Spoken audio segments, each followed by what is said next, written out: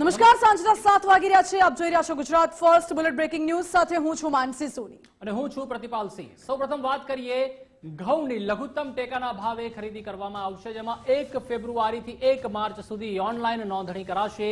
4 માર્ચથી 15 મે સુધી ટેકાના ભાવે ખરીદી કરાશે. લઘુત્તમ ભાવ 2858 પ્રતિ ક્વિન્ટલ નક્કી કરાયો છે, જેમાં રજીસ્ટ્રેશન કરાવેલ ખેડૂતોને SMS દ્વારા જાણ કરવામાં આવશે. ખરીદી સમયે આધાર કાર્ડ સાથે રાખવાનું રહેશે. ખાતેદારના બાયોમેટ્રિક ઓથેન્ટિફિકેશન દ્વારા જથ્થો ખરીદાશે. વધુ માહિતી માટે સંવાદદાતા નિકુંજ જાની જોડાઈ ચૂક્યા છે. નિકુંજ, જગતના તાત એવા ખેડૂત માટે સારા સમાચાર. ઘઉંના ટેકાના ભાવે ખરીદી કરવામાં આવશે અને 1 ફેબ્રુઆરીથી નોંધણી પણ થશે. શું વિગતો? રવિ સિઝનની અંદર જે ઘઉંનું ઉત્પાદન થશે તેનું રાજ્ય સરકાર ટેકાના ભાવે ખરીદી કરશે. 2585 રૂપિયા પ્રતિ ક્વિન્ટલના ભાવે ઘઉં રાજ્ય સરકાર દ્વારા ખરીદાશે. 1 ફેબ્રુઆરીથી 1 માર્ચ સુધી ઓનલાઈન નોંધણી કરાવી શકાશે. વિલેજ કોમ્પ્યુટર એન્ટરપ્રિન્યોર એટલે કે VCE મારફતે આ ગ્રામીણ કક્ષાએ નોંધણી થઈ શકશે. લઘુત્તમ ટેકાના ભાવે ઘઉંની ખરીદી 4 માર્ચથી શરૂ થશે, જે 15 મે સુધી ચાલવાની છે અને રાજ્ય સરકાર દ્વારા અલગ અલગ જણસોની ટેકાના ભાવે ખરીદી કરવામાં આવી રહી છે. તેમાં વધુ ઘઉંની પણ ટેકાના ભાવે રાજ્ય સરકાર દ્વારા ખરીદી કરાશે. આભાર નિકુંજ, માહિતી બદલ. ગુજરાતમાં શિયાળો બરાબરનો જામ્યો હતો, ત્યાં જ વાતાવરણમાં ફરી એકવાર મોટો પલટો આવ્યો. વેસ્ટર્ન ડિસ્ટર્બન્સના કારણે રાજ્યના અનેક ભાગમાં વાદળછાયું વાતાવરણ અને હળવા વરસાદી છાંટા જોવા મળ્યા છે. વેસ્ટર્ન ડિસ્ટર્બન્સની સિસ્ટમ મજબૂત બનતા લો પ્રેશર એરિયા સર્જાયો, જેના કારણે મંગળવારે આખો દિવસ વાદળછાયું વાતાવરણ રહ્યું. હવામાન વિભાગના જણાવ્યા મુજબ સવારથી બપોર સુધીમાં 30 થી 40 કિલોમીટર પ્રતિ કલાકની ઝડપે પવન ફૂંકાઈ શકે છે અને ગાજવીજ સાથે હળવા વરસાદની પણ સંભાવના છે. માત્ર ગુજરાત જ નહીં, પરંતુ શુક્રવાર સવારથી દિલ્હી, પંજાબ, હરિયાણા અને રાજસ્થાનમાં પણ વરસાદી માહોલ રહ્યો હતો. જ્યારે ઉત્તર ભારતના પહાડી વિસ્તારોમાં ભારે હિમવર્ષા તો સતત ચાલુ છે. અત્યારે ભલે તાપમાનમાં થોડો વધારો દેખાતો હોય, પરંતુ જાન્યુઆરીના અંત સુધીમાં ગુજરાતમાં કાતિલ ઠંડી પૂરેપૂરી પડવાની સંભાવના છે. आज का जो फोरकास्ट है 27 जनवरी से लेकर 2 फरवरी तक मौसम आमतौर पर शुष्क रहने का पूर्वानुमान दिया गया है. और जो लघुत्तम तापमान है अगले 24 घंटा तक आपका फॉल रहेगा 3 से 5 डिग्री सेंटीग्रेड. उसके आगे 3 दिन 2 से 4 डिग्री सेंटीग्रेड टेम्परेचर बढ़ेगा, ग्रेजुअल राइज रहेगा. उसके आगे फिर कोई बड़ा बदलाव नहीं रहेगा. और जो लघुत्तम तापमान हो गया अहमदाबाद के लिए जो पूर्वानुमान है पार्टली क्लाउडी स्काई रहेगा. और जो लघुत्तम तापमान है 15 डिग्री सेंटीग्रेड के आसपास रहने का पूर्वानुमान दिया गया है. कोस्टल क्षेत्र में अभी जो पवन का दिशा रहेगा, उत्तर गुजरात की तटीय क्षेत्र है, इसमें जो पवन का दिशा रहेगा मेनली उत्तरीय दिशा से पवन चलेगी और स्पीड जो रहेगा 15 से 20 नॉट. और दक्षिण गुजरात की जो तटीय क्षेत्र है ऑफ एंड अलॉन्ग गुजरात तटीय क्षेत्र दक्षिण गुजरात की उत्तर से उत्तर पूर्व पश्चिम दिशा से पवन चलेगी और उसका जो स्पीड रहेगा 15 से 20 नॉट. आज सबसे कम तापमान रिकॉर्ड हुआ है नलिया में 9.4 डिग्री सेंटीग्रेड, जो नॉर्मल से 1 डिग्री सेंटीग्रेड नीचे है. राजकोट में 11.4, जो नॉर्मल से 1.6 डिग्री सेंटीग्रेड नीचे है. अहमदाबाद में टेम्परेचर रिकॉर्ड हुआ है 17.2 डिग्री सेंटीग्रेड, जो नॉर्मल से सामान्य से 4.4 डिग्री सेंटीग्रेड ऊपर है. તો આ તરફ રાજકોટના જેતપુરના કેરાળી ભાદર નજીક ખેડૂતોનો હલ્લાબોલ, જેમાં ભાદર નદીમાં સતત વધી રહેલા પ્રદૂષણને લઈને ખેડૂતોમાં ભારે રોષ જોવા મળી રહ્યો છે. અનેકવાર રજૂઆત કરવા છતાં ઉકેલ ન આવતા ખેડૂતોએ વિરોધ દર્શાવ્યો. અંદાજે 60 થી 70 જેટલા ખેડૂતોએ સૂત્રોચ્ચાર કરી પોતાનો વિરોધ નોંધાવ્યો છે. જીપીસીબીને અનેકવાર રજૂઆત કરવા છતાં પરિણામ ન આવતા ખેડૂતોમાં ભારે રોષ છે. જીપીસીબી દ્વારા પ્રદૂષણ મામલે કોઈ જ કાર્યવાહી ન કરાયાનો પણ આરોપ છે. કેરાળી, લુણાગ્રા સહિતના ગામના ખેડૂતોએ વિરોધ નોંધાવ્યો. ભાદર 2 એટલે કે ભાદર નદી જે અમારી પ્રદૂષિત થઈ રહી છે, એના માટે અમે આજુબાજુના ગામના ખેડૂતો એકત્ર થયેલા હતા. ભાદર નદીના પટાંગણની અંદર જ અત્યારે અમે એકત્ર થયેલા છે અને અમે જીપીસીબીના અધિકારી સાથે વાતચીત કરી કે ભાઈ આગળના સેમ્પલનો શું જવાબ આવ્યો, તો એ લોકોએ એવો ગોલ જવાબ આપ્યો કે હજી 1-2 દિવસનો અમને સમય આપો. એટલે અમે જીપીસીબીના અધિકારીને એક જવાબમાં એવું પણ જાણ કરી છે કે આગામી 10 દિવસની અંદર અમારા પ્રશ્નનો કોઈ નિવારણ નહીં લઈ આવે તો અમે ભાદર નદીના પટાંગણની અંદર ઉપવાસ છાવણી ઉપર ઉતરશું અથવા જરૂર પડશે તો જીપીસીબીના ઓફિસની અંદર પણ ઉપવાસ છાવણીમાં ઉતરશું. જીપીસીબી કાર્યવાહી કરી રહ્યું છે. 13 તારીખે આપણે એની તપાસ કરી હતી, 15 તારીખે કરી હતી અને હમણાં પણ જોયું છે કે જે નગરપાલિકાનું મેનોલ ઉભરાતું હતું એ હજી ઉભરાય છે. અમે નગરપાલિકાના ચીફ ઓફિસરને ફોન ઉપર ટેલિફોનિક જાણ કરી છે, એના સેનિટરી ઇન્સ્પેક્ટર જાણ કરી કે આ તાત્કાલિક કામ બંધ, પાણીનો જે ફ્લો છે એ બંધ કરાવો અને એસટીપીમાં બધું પાણી ડાયવર્ટ કરીને ટ્રીટ કરો. ની અંદર કોઈ પણ વાવેતર કરવામાં આવે તો એક તો ઉગતું નથી અને જમીનો બધી બંજર બની જાય છે. વિરોધ કરી રહ્યા છે. આ ભાદર નદી સૌરાષ્ટ્રની માલિકોર પહેલો નંબર છે. તો આ પાણી ઠેઠ ઘેડ વિસ્તાર, બધા ગામડા ખેતીમાં લગતા લાયક આ પાણી ઠેઠ ઘેડ વિસ્તારમાં પણ નુકસાન કરે છે. અને આ પાણી સિંચાઈની માલિકોર અને ધોરાજી પીવામાં પણ આ કેમિકલ જાય છે. અને આ પાણીનું જેમ ચોમાસે પૂર આવ્યું હોય એવી રીતે 12 મહિના અહીંયા પૂર આવે છે અને કેમિકલ ખુલ્લે આલામ ભાદરમાં છોડી દેવામાં આવે છે. તો અમારી માંગ એ છે કે આ જેતપુરના ભૂમાફિયા આ પાણી ભરી અને એની ઘરે પીએ તો એને ખબર પડે કે આમાં કેમિકલ છે કે કેમિકલ નથી. અને બીજું સમાચાર જામનગરથી મળી રહ્યા છે, જ્યાં ખેડૂતોએ વિશાળ રેલી યોજી સૂત્રોચ્ચાર કરી આવેદનપત્ર આપ્યું. વીજ વહન અને પરિવહન કરતી કંપનીઓની દાદાગીરી સામે ખેડૂતોમાં આક્રોશ છે. ખેડૂતોની સહમતિ વગર વીજ લાઈન નાખવામાં આવતી હોવાનો આરોપ છે. સાથે જ નિયમો મુજબ વળતર અને ન્યાયિક કાર્યવાહીની પણ ખેડૂતોએ માંગ કરી છે. સૂત્રોચ્ચાર અને વિરોધ કરીને ખેડૂતોએ કલેક્ટર કચેરીએ રજૂઆત કરી રદ કરાયેલા કાયદાઓનો દુરુપયોગ ન કરવામાં આવે તેવી માંગ કરી છે. કલેક્ટરને સમગ્ર બાબતે સમજાવીને લેખિતમાં રજૂઆત કરવામાં આવી. આજે અમે જામનગર ખાતે જામનગર ટ્રાન્સમિશન કંપની લિમિટેડ દ્વારા 765 કેવીના ટાવરો ઊભા કરવા માટેના કાયદાની વિરુદ્ધ જઈને જે કાર્યવાહી કરવામાં આવી રહેલી છે એ બાબતનું આવેદન આપવા અને પ્રવર્તમાન કાયદાઓ જે છે ગુજરાતની અંદર અને ભારત દેશની અંદર એ પ્રવર્તમાન કાયદાઓને અનુરૂપ કાર્યવાહી થાય અને કલેક્ટર કચેરી એક એક્ઝિક્યુટિવ મેજિસ્ટ્રેટ તરીકેના જે પાવરો છે એ પાવરનો ઉપયોગ કરીને કેરળ હાઈકોર્ટ, પંજાબ હાઈકોર્ટના જે ખેડૂતોની તરફેણના ચુકાદાઓ છે એનો ઉલ્લેખ કરીને અમે રજૂઆત કરી. જામનગરની અંદર જે રીતે વીજ કંપનીઓ, સોલાર કંપનીઓ અને એના દ્વારા જે વીજ ઉત્પન્ન થશે એ અહીંથી છેક જમ્મુ કાશ્મીર અને તેલંગાણા સુધી જે વેચવા જવાનું આખું ખાનગી કંપનીઓનું જે ષડયંત્ર છે અને એની સામે આજે ગુજરાત કિસાન સંઘર્ષ સમિતિ દ્વારા ખેડૂતોના ખેતરમાંથી નીકળતી લાઈનો અને ખેડૂતોને સાથે રાખી અને કલેક્ટરને રજૂઆત કરી હતી કે જેવી રીતે મિલકત ધારણ કરવાનો અધિકાર અમને એમ કહે છે કે અમારા ખેતરમાંથી કંઈ પણ વસ્તુ પસાર કરવી હોય તો અમારી મંજૂરી લેવી પડે, અમારી મિલકતનો ઉપયોગ કરવો તો મંજૂરી લેવી પડે. જે ક્યાંય થતું નથી ને એની જગ્યાએ પોલીસ પ્રોટેક્શન આપી 1885ના ટેલિગ્રાફ એક્ટ, 2003 ઇલેક્ટ્રિસિટી એક્ટ, બધું નિયમો જેટલા છે બધા નિયમોને હવે મૂકી અને ખેડૂતોના ખેતરમાં આડેધડ વીજ લાઈનો ઊભી થાય છે. એમ કહી શકાય કે ખેડૂતની છાતી ઉપર થાંભલા ઊભા કરે છે. ધાનેરા ખાતે આજે તમાકુના ઉત્પાદન અને વેચાણ કરતા ખેડૂતોની મહત્વપૂર્ણ પંચાયત બેઠક યોજાઈ હતી, જેમાં ઉત્તર ગુજરાતના વિવિધ વિસ્તારોમાંથી અનેક ખેડૂતો ધાનેરા ખાતે એકત્રિત થયા હતા. આ બેઠકમાં કેન્દ્ર અને રાજ્ય સરકાર દ્વારા તમાકુના પાક પર લગાવવામાં આવેલ જીએસટી તેમજ પાક નુકસાનીમાં વળતર સહિત અનેક પડતર પ્રશ્નોને લઈને રોષ જોવા મળ્યો હતો. ખેડૂતોએ તમાકુ પરની ડ્યુટીનો વિરોધ કરી રેલી સ્વરૂપે નાયબ કલેક્ટરને આવેદનપત્ર આપી અને રજૂઆત કરી હતી. ખેડૂતોએ જણાવ્યું હતું કે વર્ષ 1977માં કોંગ્રેસ સરકાર દરમિયાન તમાકુના કાચા માલ પર લાગતી ડ્યુટી રદ કરવામાં આવી હતી, પરંતુ હાલ ભાજપ સરકારના સમયમાં તમાકુના પાક પર 18% જીએસટી લાગુ કરવાની વિચારણા ચાલી રહી છે, જેના કારણે ખેડૂતોને ઉત્પાદન તેમજ વેચાણ બંનેમાં ગંભીર મુશ્કેલીઓનો સામનો કરવો પડી રહ્યો છે. ખેડૂતોએ જણાવ્યું કે તમાકુની ખેતી પહેલેથી જ ખર્ચાળ અને જોખમી છે, તેમાં પાણી, મજૂરી અને ખાતરનો ખર્ચ પણ વધી ગયો છે. ત્યારે આવા સંજોગોમાં જીએસટી અને વધારાના ચાર્જ લાગુ થશે તો ખેડૂતોને આર્થિક રીતે ભારે નુકસાન વેઠવું પડશે.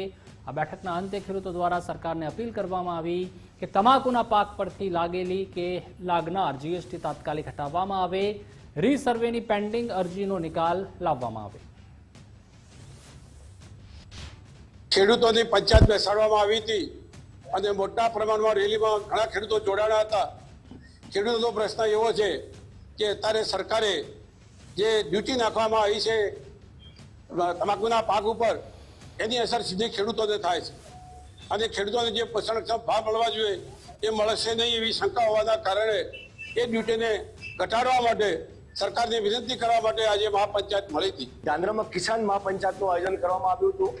સરકાર દ્વારા અવારનવાર ખેડૂતોની ઉપર જે ટેક્સ નાખવામાં આવે છે તેના વિરુદ્ધમાં આજે ધાનેરામાં કિસાન મહાપંચાયતનું આયોજન કરવામાં, જેમાં હજારોની સંખ્યામાં આજે ખેડૂતો જોડાણા હતા. ધાનેરાની અંદર બનાસકાંઠા જિલ્લામાં ધાનેરા ખાતે આજે અમે ખેડૂતોની મહાપંચાયત બોલાવી હતી, જેમાં 100 થી વધારે ગામના ખેડૂતો એકત્રિત થયા હતા.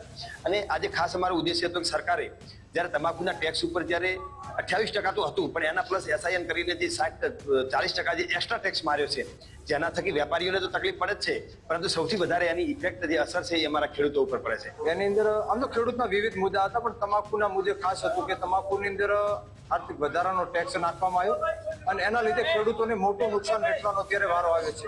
જે તમાકુના ખેડૂતો, તમાકુ ઉગાડનાર અને વેચનારનો સંયુક્ત ઉપક્રમે આ મિટિંગ રાખી હતી. એમાં જ્યારે ખેડૂત પાસેથી માલ ખરીદીએ એટલે 18% એક્સાઇઝ લાદવાની સરકારને વાત કહી છે અને એના ઉપર 40% GST.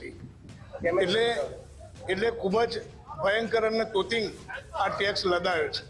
એની સીધી અસર ખેડૂત ઉપર થવાની છે, કારણ કે કાચા નર્મદા જિલ્લાના ધામત્રા ગામના પ્રગતિશીલ ખેડૂત દેવાભાઈ તડવીએ પોતાની 5 એકર જમીનમાં પ્રાકૃતિક ખેતીનું એક અનોખું અને પ્રેરણાદાયક મોડેલ વિકસાવી દેશભરમાં ઉત્કૃષ્ટ ઉદાહરણ પૂરું પાડ્યું.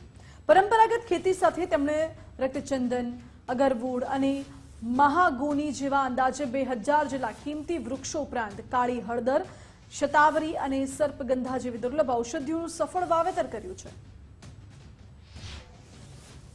ખેતીમાં મેં અગાઉ ચંદન 7 વર્ષ પહેલાં રક્તચંદન લગાવ્યા છે.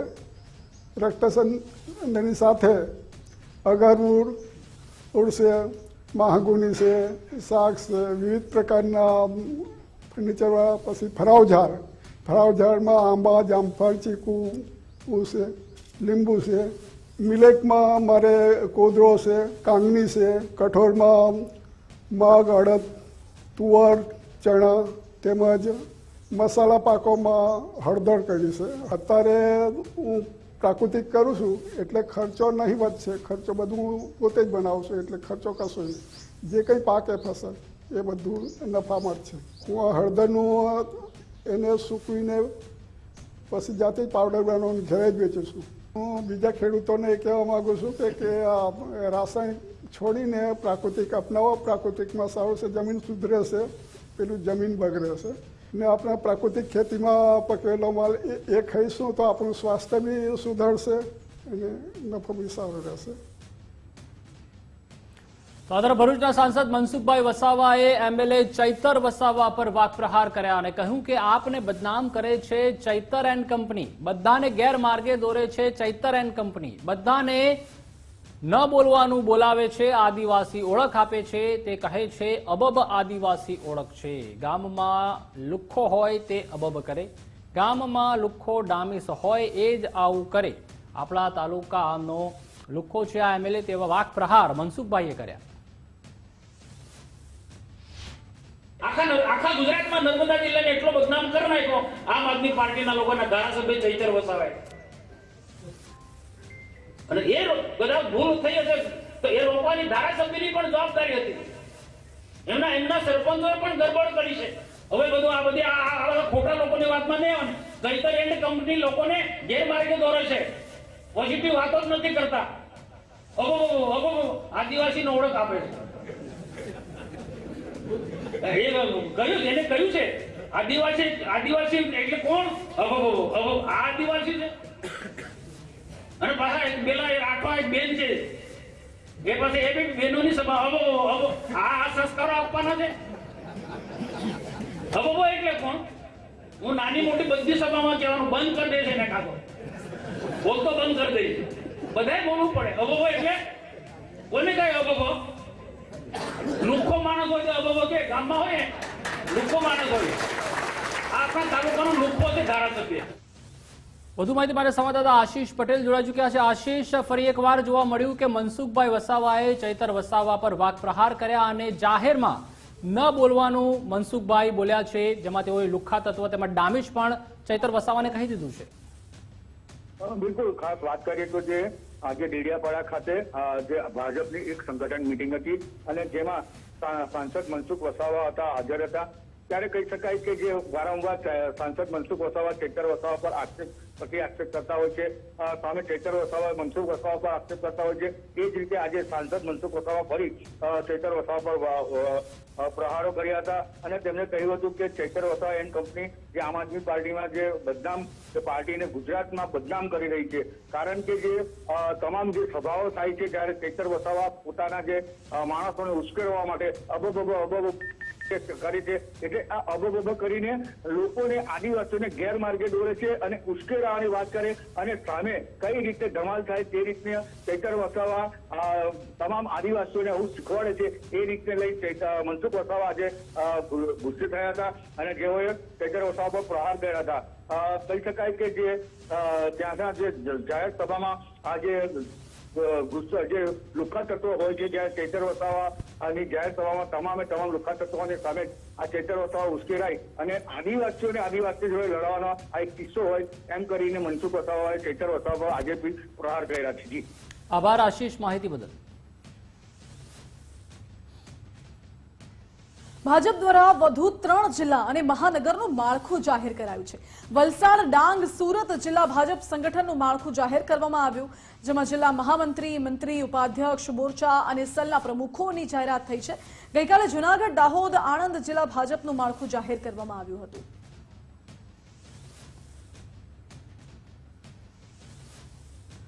વધુ જાણકારી સાથે સંવાદદાતા નિકુંજ જાની જોડાઈ ગયા છે. નિકુંજ, ભાજપની સેન્સ પ્રક્રિયા કેટલાક વિસ્તારોમાં ચાલી રહી છે તો કેટલાક વિસ્તારોમાં પતી ગઈ છે. આજે 3 જિલ્લા અને મહાનગરનું માળખું જાહેર કરવામાં આવ્યું, શું વિગતો? વલસાડ, ડાંગ અને સુરત જિલ્લા ભાજપનું સંગઠનનું માળખું ભાજપે ડિક્લેર કર્યું છે. ગઈકાલે જૂનાગઢ, દાહોદ અને આણંદ જિલ્લાના ભાજપના માળખાની જાહેરાત થઈ હતી. આજે વધુ 3 જિલ્લાઓના માળખાની ડિક્લેરેશન કરવામાં આવ્યું છે.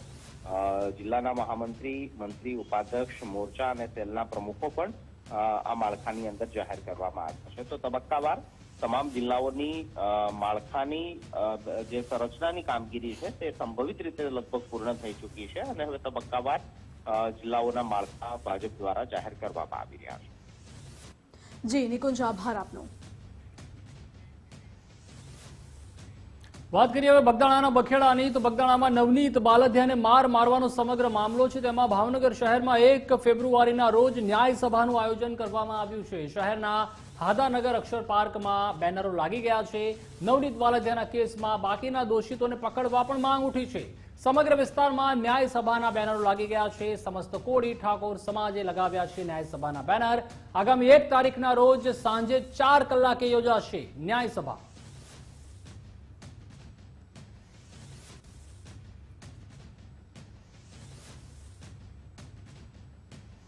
બગદાણાના સેવકને મારવા મુદ્દે હીરાભાઈ સોલંકીએ નિવેદન આપ્યું છે. કહ્યું છે કે 1 માર ખાય છે અને 8 મારે છે. બળના દીકરાએ માફી પણ નહોતી માંગી. મરવું અને માર ખાવો બંને મર્દાનગીનું કામ છે. છેત્રીને માર્યું અને વિડીયો બનાવીને દહેશત ઊભી કરી તેની સામે રોષ છે તેવું હીરાભાઈ સોલંકીએ જણાવ્યું. 1 માર ખાય છે, 8 મારે છે, પણ તોય કહું કે ભડના દીકરાએ કઈ માફી બીપી નથી માંગી. એ મર્દાનગીનું કામ છે, એક વાત સમજો. મારવું અને માર ખાવું ને એ 2 મર્દાનગીનું કામ છે. છેતરીને મારવાના પ્રયત્ન કર્યા, છેતરીને,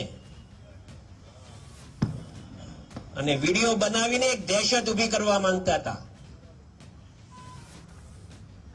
એ તો સ્વાભાવિક રીતે બને કેવું માર ખાવા વાળા હોય એના પરિવાર વાળા વિડીયો ઉતારી જાય. શું કામ? કે ભાઈ આ મારવા વાળો હતો.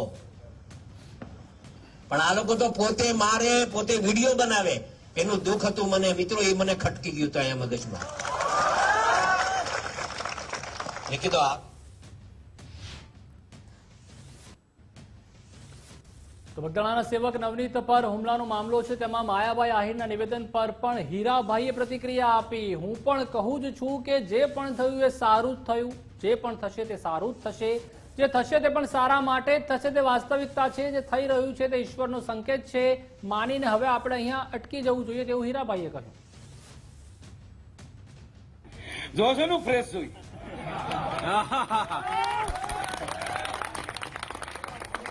કારણ કે હું ગીતાને માનું છું, ભગવાનને માનું છું. જે અર્જુન જે થઈ રહ્યું છે એ બરાબર થઈ રહ્યું છે, અને જે થયું એ પણ બરાબર થયું છે, અને જે થશે એ પણ બરાબર. બસ આ દ્વારકાધીશ કે હું નહીં. કે જે થઈ રહ્યું છે એ સારા માટે થઈ રહ્યું છે, જે થશે એ પણ સારા માટે જ થશે. આ વાસ્તવિકતા છે. કેમ કે ઈશ્વરનો સંકેત એવો કંઈક હોય છે. આપણે કંઈક ખોટું કરીએ તો ઈશ્વર એટલા માટે જે થઈ રહ્યું છે સારા માટે થઈ રહ્યું છે એટલામાં સમજી જવાનું હોય કે આટલામાં રોકાઈ જવાનું હોય, આગળ વધાય નહીં. અને એના માટે આ થઈ રહ્યું છે સારા માટે થઈ રહ્યું છે, થશે એ બી સારું જ થશે, અને હવનું ઈશ્વર સારું કરે. તો ભાવનગર જિલ્લા જેલમાં જયરા જાહેરની મુશ્કેલીઓ વધી છે. 3 દિવસથી જયરા જાહેર જેલનું ભોજન લઈ રહ્યો છે અને હાલ તો જનરલ બેરેકમાં તેને રાખવામાં આવ્યો છે. જોકે જયરા જાહેરને હાલ તો બેરેક ફાળવવામાં નથી આવ્યો, પરંતુ જયરાજના પરિવારજનોએ તેને ઘરનું ટિફિન મળે તે માટેની અરજી કરી છે. બગદાણા વિવાદમાં શનિવારે જયરા જાહેરને જેલ ભેગો કરવામાં આવ્યો હતો. અને સમાચાર તરફ નજર કરીએ તો અમદાવાદમાં 10મી બોસિયા સિનિયર નેશનલ ચેમ્પિયનશિપ નારણપુરા વીર સાવરકર સ્પોર્ટ્સ સંકુલમાં આવતીકાલથી તેનો પ્રારંભ થવાનો છે. 28 જાન્યુઆરીથી 3 ફેબ્રુઆરી સુધી ચાલશે નેશનલ ચેમ્પિયનશિપ. દેશના 25 જેટલા રાજ્યમાંથી અંદાજિત 160 ખેલાડીઓ તેમાં ભાગ લેશે. બોસિયા સિનિયર ચેમ્પિયનશિપમાં ગુજરાતના 17 ખેલાડીઓ ભાગ લેશે. 2028માં યોજાનારા પેરા ઓલિમ્પિક ગેમ માટે આ ચેમ્પિયનશિપ ખૂબ જ મહત્વની છે. इस बार बहुत अच्छा जो हम ये ऑर्गेनाइज कर रहे हैं, क्योंकि ये जहाँ पे हम इवेंट कर रहे हैं ये वर्ल्ड क्लास इंफ्रास्ट्रक्चर है जो गवर्नमेंट ऑफ गुजरात ने बनाया है. तो हमारे बच्चे और हम बहुत खुश हैं, क्योंकि इंडिया में इस तरह का इंफ्रास्ट्रक्चर बहुत कम मिलता है बिकॉज ऑफ द एक्सेसिबिलिटी. हमारे जो एथलीट्स है बहुत ज़्यादा सीवियर डिसेबल्ड होते हैं. ये टोटल 7 डेज का चैम्पियनशिप है, जिसमें हमारा क्लासिफिकेशन, ट्रेनिंग, कंपटीशन, जो हमारे टोटल 11 इवेंट्स हैं पैरालंपिक गेम्स में, वो करवाए जाएंगे. ये कल मॉर्निंग से हम जो हमारे फर्स्ट मैच स्टार्ट होगा और 28 से और 2 फेब को हमारा क्लोजिंग सेरेमनी होगा इवनिंग में. ગાંધીનગરમાં શિક્ષાપત્રી દ્વિશતાબ્દી પર્વની ભવ્ય ઉજવણી કરવામાં આવી રહી છે. સમયો મહોત્સવમાં કેન્દ્રીય ગૃહમંત્રી અમિતભાઈ શાહ પણ હાજર રહ્યા અને પર્વ ગ્રાઉન્ડ, જમિયતપુરા રોડ, અડાલજ, ગાંધીનગર ખાતે જ્યાં આ કાર્યક્રમ યોજાઈ રહ્યો છે ત્યાં કેન્દ્રીય ગૃહમંત્રી ઉપસ્થિત રહ્યા. સાથે સાથે નાયબ મુખ્યમંત્રી હર્ષભાઈ સંઘવી પણ સમયો મહોત્સવમાં હાજર રહ્યા. શિક્ષાપત્રીના દર્શન કરીને અમિતભાઈ શાહ સ્ટેજ ઉપર આવ્યા અને શિક્ષાપત્રીમાં 212 જેટલા શ્લોકનો સમાવેશ કરવામાં આવ્યો છે.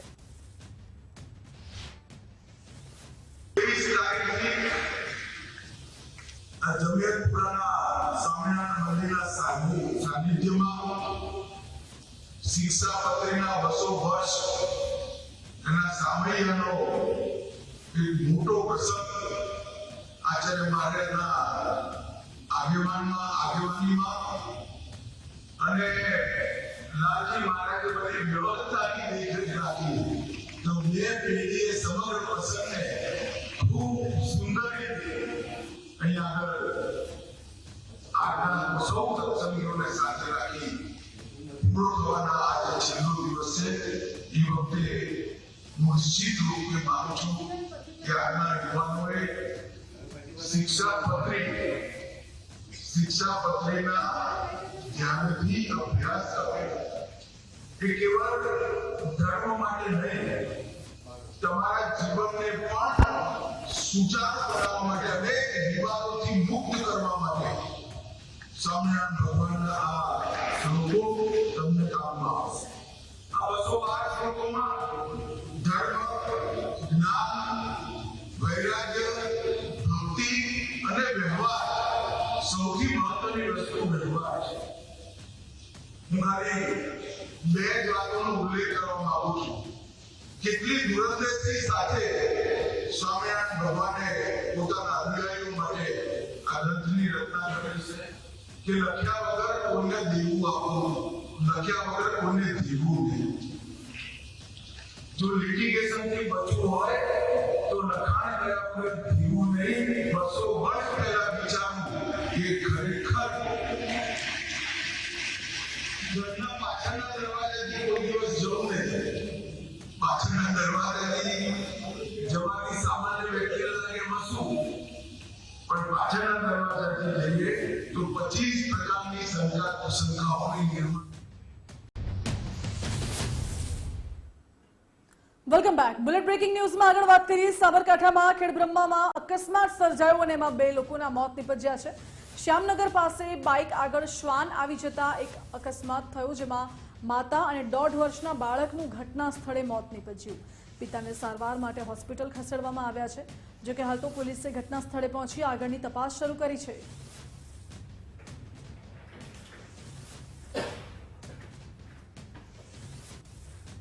મહુવાના ખૂંટવાડામાં માલધારી યુવકને મારવાનો મુદ્દો. સરતી હોસ્પિટલ ખાતે ભરવાડ સમાજના લોકો પહોંચ્યા હતા. આગેવાનો અને લોકોએ પીડિત ભાવેશ ચોંસલાની મુલાકાત લીધી. પીડિત યુવકને ન્યાય મળે તે માટે સમાજ દ્વારા પ્રયાસો શરૂ કરાયા છે. પશુઓને રોડ પરથી દૂર કરવા મુદ્દે બબાલ થઈ હતી, જેમાં પીએસઆઈ યાદવ સહિત 4 સામે ફરિયાદ નોંધાઈ છે.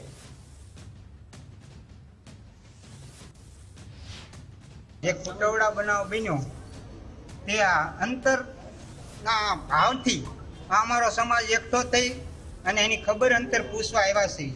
જે પૂરતો ન્યાય નથી મળ્યો એવું અમને અત્યારે દેખાય છે.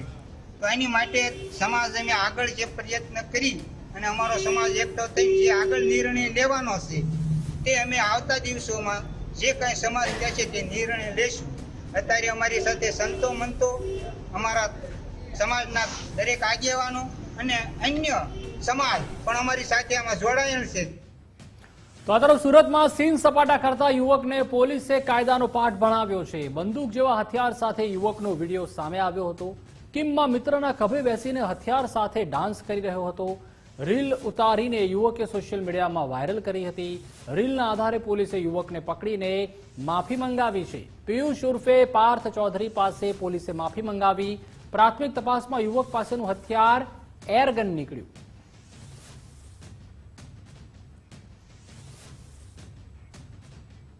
કડીમાં એક યુવક પર જીવલેણ હુમલો કરવામાં આવ્યો, જેમાં 9 શખ્સ સામે ફરિયાદ નોંધાઈ છે. દડી સર્કલ પાસે આવેલા બાલાપીર દરગાહ કમ્પાઉન્ડ પાસેની આ ઘટના છે. દરગાહમાં કેમ આવ્યો કહીને ધવલ ગજ્જર નામના યુવક પર હુમલો કરવામાં આવ્યો. આરોપી ઇરશાદ ઉર્ફે ચૂહોએ યુવકને છરીના ઘા ઝીક્યા. લાઠી અને ધોકા વડે ટોળાએ યુવકને ઢોર માર માર્યો. એ બાલાપીર દરગાહના ત્યાં મંદિરની બાજુ આવેલા એક કેન્ટીનમાં બેઠા હતા ચાની લારી પર. ત્યારે ત્યાં એક બીજા સમાજના લોકો ત્યાં આવીને એવું જણાવ્યું કે તમે અમારા પૂજા સ્થળ પર કેમ આવો છો એમ જણાવ્યું. અને પેલા કીધું કે હું મારો પત્રકાર છું, હું મારું કામ માટે આવેલો છું.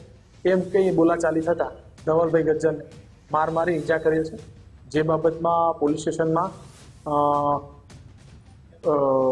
ગુનો દાખલ થયેલો છે અને કુલ 9 આરોપી પર ગુનો દાખલ થયેલો છે, જેમાં 6 ને ડિટેન કરવામાં આવેલા છે. તો આ તરફ ગુજરાત સાયબર સેલ ઓફ એક્સેલન્સને મળી છે મોટી સફળતા. Cyber crime as a service CAAS ગેંગની ધરપકડ કરવામાં આવી છે. વર્ચ્યુઅલ નંબર અને OTP પ્રોવાઈડ કરતા હતા આરોપી અને પકડાયા, જેમાં OTPbuy.com અને OTP China.Solution વેબસાઇટ બનાવી, જેમાં વર્ચ્યુઅલ મોબાઈલ નંબર અને OTP માત્ર ₹15 થી 25 આપતા હતા. ઈ-કોમર્સ પ્લેટફોર્મ પર છેતરપિંડી અને સાયબર ગુના માટે તેનો ઉપયોગ કરતા હતા. અબદેશ મહેતાબસિંહ રાવત અને શિવમ કપ્તાનસિંહ રાવતની આમાં સંડોવણી સામે આવી છે. સહ આરોપીઓ કેન્ડી ઉર્ફે બિટ્ટુ અને સોનુ ઉર્ફે જતીન ત્રિપાઠીનું નામ પણ સામે આવ્યું છે. આરોપીના બેંક એકાઉન્ટમાં ₹17.54 લાખના નાણાકીય વ્યવહાર પણ મળી આવ્યા છે. ₹20 લાખના USDTની વ્યવહારોની વિગતો પણ સામે આવી છે. 7 અલગ અલગ વેબસાઇટ્સ વિદેશી સર્વર પર હોસ્ટ કરી હતી. આર્થિક લાભ મેળવવા માટે અન્ય સાયબર અપરાધીને મદદ કરતા હતા. વર્ચ્યુઅલ નંબર અને OTP પ્રોવાઈડ કરીને ગુનાઓમાં સહયોગ આપ્યો હતો. તો બેકએન્ડ સર્વિસ દ્વારા ધમકીભર્યા કોલ્સ અને ઈમેલ મોકલતા હતા. કેસની તપાસ ચાલુ છે. વધુ આરોપીઓ પકડાય તેવી શક્યતા. તો આના માટે સાયબર ક્રાઇમ કરતા આરોપીઓને બેકએન્ડમાં જે સર્વિસ આપવામાં આવે છે, આ સર્વિસને કહેવાય છે cyber crime as a service. So આ જ રીતની cyber crime as a service આપતી એક ગેંગના એડમિનિસ્ટ્રેટર અને એના એક અન્ય સાથીને મધ્યપ્રદેશના ગ્વાલિયરથી પકડી પાડવામાં અમારી ટીમને સફળતા મળી છે. આ ગેંગ એ રીતે કામ કરતી હતી કે તેઓ ટેલિગ્રામ અને પોતાની વેબસાઇટ બનાવીને અલગ અલગ ગુનાઓ આચરવા માટે સાયબર ક્રિમિનલોને વર્ચ્યુઅલ નંબર એની સાથે ઓટીપી અને અન્ય સર્વિસો પ્રોવાઈડ કરતા હતા. આ વન ટાઈમ સર્વિસ હોય જેના તેઓ 15 રૂપિયાથી લઈ અને 40 રૂપિયા લેતા હતા. સો આ ઓટીપીની મદદથી લોકો વર્ચ્યુઅલ વોટ્સઅપ ક્રિએટ કરી શકે. આ ઓટીપી અને આ સર્વિસની મદદથી કોઈ ધમકીભર્યા ઈમેલ આપવા હોય તો એના માટે પણ ટેમ્પરરી સર્વિસ મેળવી શકે. કોઈ મ્યુલ અકાઉન્ટ અથવા તો સાયબર ક્રાઇમના પૈસાથી કોઈ વસ્તુ ખરીદવી છે તો એના માટેની સુવિધાઓ પ્રોવાઈડ કરી શકે. કોઈ વેબસાઇટ બનાવવી છે તો એના માટેની સુવિધાઓ પ્રોવાઈડ કરી શકે. આમ સાયબર ક્રિમિનલોને ગુનો આચરવામાં સરળતા થાય એ પ્રકારની સેવા આપતી ટેલિગ્રામ અને વેબસાઇટની લિંક ધરાવતા લોકોને પકડી પાડવામાં આવ્યા છે, જેનું નામ હતું otpbuy.com, OTP સપોર્ટ, otpbuy.org અને એ સિવાય પણ તેઓની અન્ય ઘણી બધી આ પ્રકારની સેવાઓ છે, જેમ કે ultra OTP, super OTP, OTP x, techie India. આ પ્રકારની સર્વિસીસ આ લોકો અલગ અલગ માધ્યમથી અલગ અલગ રીતે પ્રોવાઈડ કરતા હતા. સમાચારમાં આગળ વાત છોટાઉદેપુરમાં સુસ્કાલ ગામે રેતીના સ્ટોકમાં એક શ્રમિકનું મોત થયું છે. સ્ટોક માલિકની બેદરકારીના કારણે કરંટ લાગતા શ્રમિકનું મોત થયું હોવાની જાણકારી છે. રેતી વોશ કરવા બનાવેલા કૂવામાં શ્રમિકને કરંટ લાગ્યો. સગીરને કરંટ લાગતા ઘટના સ્થળે જ તેનું મોત નીપજ્યું. બોડેલી હોસ્પિટલમાં તબીબે સગીરને મૃત જાહેર કર્યો છે. ઘટના સ્થળે તૂટેલા અને લટકતા વાયરોથી બેદરકારી દાખવવામાં આવી હતી. સુરક્ષા સાધનો વગર સગીરો અહીં કૂવામાં ઉતર્યા હોવાની જાણકારી છે. સ્ટોલ માલિકની બેદરકારીના કારણે શ્રમિક પરિવારે પોતાનો દીકરો ગુમાવ્યો છે. દીકરાનું મોત થતાં જ પરિવારમાં શોકનો માહોલ સાથે વળતરની માંગ છે. સિવિલમાં લાશ છે ને એ સિવિલ વાળા જે કરે તે કે પોલીસ વાળા જે કરે તે અમને કઈ અત્યાર સુધીનો કોઈ અમને એ નહીં મળે. આજે 24 કલાક આ 25મો કલાક ચાલુ થઈ ગયો. બરાબર, કોઈને યોગ્ય ન્યાય તો અમને મળતો નથી. પછી અમે ક્યાં સુધી એરીએ? તમે ક્યાં જાઓ છો? અમે અમારા ઘરે જઈએ.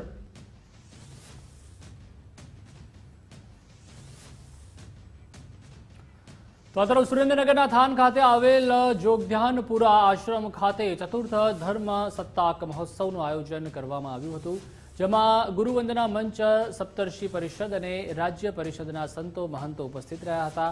આ ધર્મ સત્તાક મહોત્સવ અંતર્ગત યોજાયેલા બ્રહ્મર્ષિ સભામાં ધર્માંતરણ અને બાંગ્લાદેશમાં હિન્દુઓ પર થતા અત્યાચાર મામલે સમગ્ર સનાતન ધર્મને ભેદભાવ ભૂલી સંગઠિત થવા આહવાન કરવામાં આવ્યું હતું. ગુરુવંદના મંચ દ્વારા છેલ્લા 3 વર્ષથી દર વર્ષે તારીખ 27 જાન્યુઆરીના રોજ ધર્મ સત્તાક મહોત્સવનું આયોજન કરવામાં આવે છે.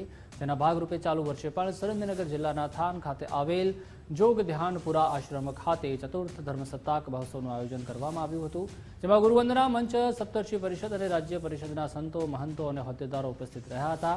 આ ઉપરાંત ગુરુવંદના મંચ સાથે જોડાયેલા દેશ વિદેશના સભ્યો પણ હાજર રહ્યા હતા.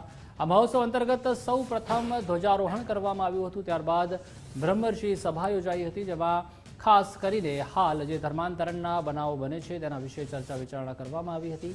આ ઉપરાંત બાંગ્લાદેશ માટે હિન્દુઓ પર થતા અત્યાચાર મામલે પણ ચર્ચા વિચારણા કરવામાં આવી. ખાસ કરીને સનાતન ધર્મને બચાવવા માટે તેમજ હિન્દુ સનાતન પરંપરાને જાળવી રાખવા સૌ સનાતન ધર્મના લોકોને ભેદભાવ ભૂલી સંગઠિત થવા માટે પણ અપીલ કરાઈ. તેમજ ધર્મમાંથી ગુરુબોધ તો લોકોએ ઘણો લીધો, પરંતુ હવે હિન્દુ ધર્મની રક્ષા માટે શત્રુબોધ લેવાની જરૂર હોવાનું પણ સંતોએ જણાવ્યું. આજે મજબૂત રાજસત્તા દેશમાં છે એનો આપણને આનંદ છે, પરંતુ સનાતન ધર્મની પરંપરા પ્રમાણે રાજસત્તા સાથે ધર્મસત્તા હોવી જોઈએ એ વિષયને લઈને ગુરુવંદના મંચ છેલ્લા 5 વર્ષથી ગુજરાતમાં અને દેશમાં કાર્યરત છે. 26મી જાન્યુઆરીએ તિરંગો ધ્વજ લહેરાય છે, પ્રજાસત્તાક દિવસની ઉજવણી કરવામાં આવે છે. એ જ પ્રમાણે 27મી જાન્યુઆરીએ ભગવો ધ્વજ લહેરાઈને ધર્મસત્તાક દિવસની ઉજવણી કરવામાં આવે છે. આ ચોથો ધર્મસત્તાક દિવસ આજે થાનગઢમાં જોગ બાપુના આશ્રમ પર આજે ઉજવવામાં આવ્યો. એનો મને ઘણો આનંદ છે. એક અદ્વિતીય અવલૌકિક સંતના સાનિધ્યમાં જે કામ થઈ રહ્યું છે એ સંતોના સાનિધ્ય, સંતોની સેવા એનો મૂળ ઉદ્દેશ એ છે અને એના માટે અહીંયાના જે પ્રજા, અહીંયાના જે ટ્રસ્ટીઓ છે, અહીંયાના જે સેવકો છે, એવું લાગે છે કે સ્વયં સંતો છે બધા. એ સંતોના ગુરુથી મને ખૂબ આનંદ થયો. આજે ઇંગ્લેન્ડની ધરતીથી અહીંયા આવીને મને જે આનંદ થયો, એ આનંદ વિદેશમાં પણ જેને કહીશ કે જાઓ તમે પણ. રાજકોટની બાજુમાં એક થારગઢ છે, એક સિંધ સંતની સમાધિ છે, ત્યાં દર્શન કરો. राष्ट्र वंदना जो कार्यक्रम है वो समाज के बारे में, देश के बारे में और देश हितों के बारे में सोचने वाले सभी संत विचारकों और जनता के प्रतिनिधियों के द्वारा एक जगह एकत्रित होकर इसको सफल बनाया है. मुझे गर्व है कि मैं यहाँ पर हूँ. ફરી એકવાર ગુજરાત ફર્સ્ટના અહેવાલની અસર જોવા મળી છે, જે અમદાવાદમાં એસ્ટેટ વિભાગ દોડતું થયું. 3 દરવાજાથી પાનકોર નાકાના દબાણો મામલે અહેવાલ દર્શાવ્યો હતો, જે બાબતે તંત્ર એક્ટિવ થયું અને દબાણો દૂર કરવામાં આવ્યા. પાથરણાવાળાના એકમો હટાવાયા. ટેબલ, લારી, પલંગ સહિત 109 જેટલો સામાન જપ્ત કરવામાં આવ્યો છે. વેપારીઓને પડતી હાલાકી અંગે અહેવાલ પ્રસારિત કર્યો હતો ગુજરાત ફર્સ્ટે.